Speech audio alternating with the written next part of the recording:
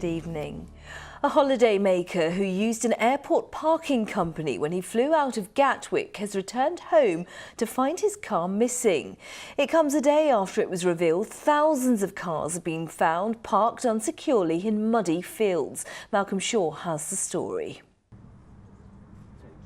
These were the scenes which first revealed the conditions that air passengers' cars are being kept in by some so-called meet-and-greet parking firms. Vehicles left in muddy fields, ignition keys left on windscreens or in boxes scattered around the site. Today, extraordinary stories have emerged of drivers who've fallen foul of the parking cowboys. Philip Denay from Laverstoke in Hampshire flew into Gatwick at midnight last night. He waited over 3 hours at the North Terminal for his car to be returned, but he was forced to get a taxi home when staff from the meet-and-greet firm he used simply ran off and disappeared. The frustrating thing for me is I don't know where my car is. You see photographs in the news of 1,000 cars in a muddy field. If I knew where the field was, I'd go and get it myself, but it's a fairly hopeless situation. 5 companies suspected of operating illegally are now being investigated by police, trading standards and council planning officers. Meanwhile, passengers are being advised to use car parks at the airport itself or one of the firms on its approved list. Companies like this, which have secure sites equipped with CCTV and proper hard standing. The managing director has this message for drivers who book the cheapest online deal. Good luck to them if they hope for the best. Their car could be parked anywhere. And I recommend that they look for the Park Mark Award, which is an award given by the police for security on car parks.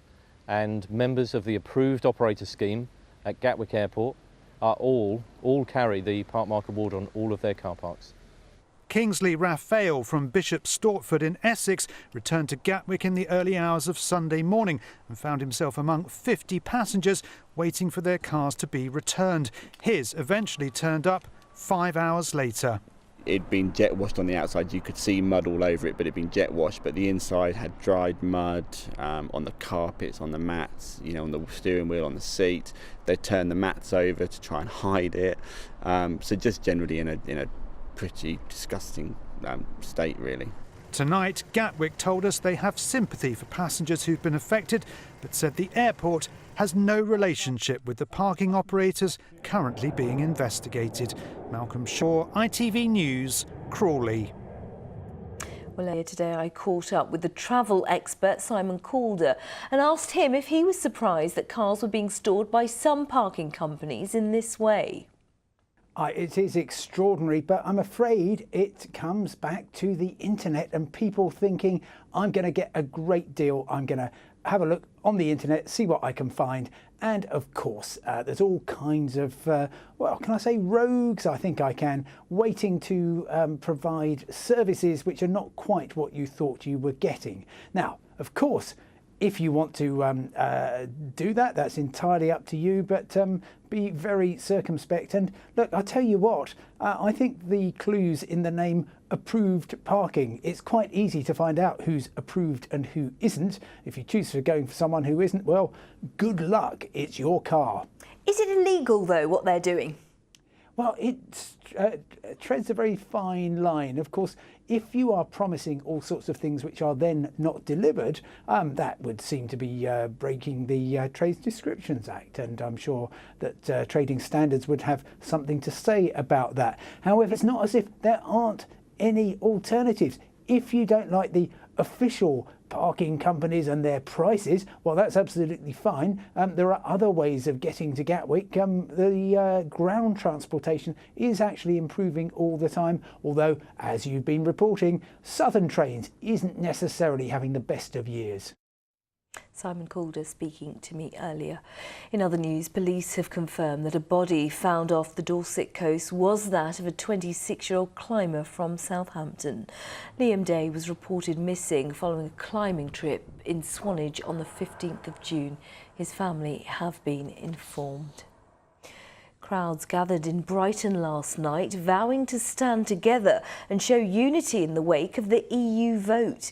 Almost 70% of the city's population voted to remain in Europe, and thousands have now signed a petition calling for a second referendum.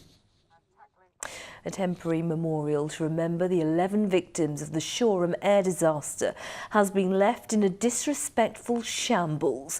That's according to loved ones of the victims. The site, which overlooks the Ada River, is maintained by the council. Charlotte Wilkins has more. Tired, overgrown and neglected. This is the spot where the families of the Shoreham air crash victims are supposed to be able to spend time to remember their loved ones. Giovanna Chirico, supported by her son Luke and friend Ricky, have come here in memory of Mark Trussler. I was angry, I think, more than upset. You know, they said about replacing the benches, they haven't been done. They said that we could have like a little area to put concrete in so that the kids could put their handprints and their daddy's name and that above it. That hasn't been done. There's no photos on the board of any of the 11. To everybody else, it probably doesn't mean much, but to us 11 families, it means a hell of a lot, it really does. Daniele Polito was also killed when a vintage aircraft crashed during a display at the Shoreham Air Show in August last year. His former partner Tanya Houston often brings their son Giorgio down to this spot to feel closer to his daddy. But they feel let down. It's horrible because it just feels like they didn't care at all. You know, if you care about the people that have gone and the families that are grieving, then at least take some pride in the area where the people are supposed to go to grieve. Or, you know, if I was to take Giorgio down there, stinging nettles, it's not the safest. Since our involvement, the council have been down to clear the site. But the families are still waiting to hear about a permanent memorial and so far haven't heard plans about an official remembrance service. A spokesman for West Sussex County Council said they are sorry for any upset caused. They recognised the importance of the site and say they will keep a closer eye on it in future. They also say the family will soon be informed about plans to mark the one-year anniversary and a permanent place for them to remember their loved ones. Charlotte Wilkins, ITV News. More than 200 break-ins have taken place at businesses in Southampton city centre in the last 6 months.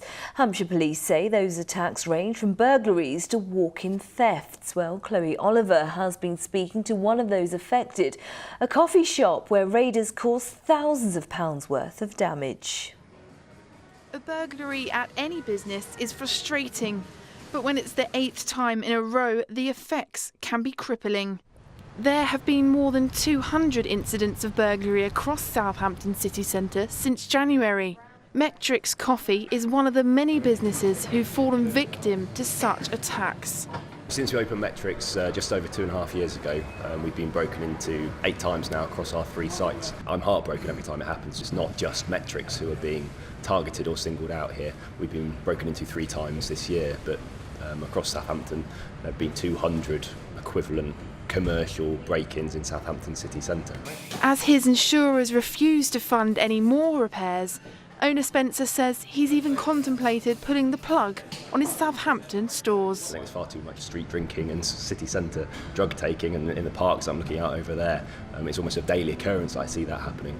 But I think there is also some hope, so I'm part of the steering group for Southampton's Business Improvement District that goes out to a vote in October, and if we manage to get that through,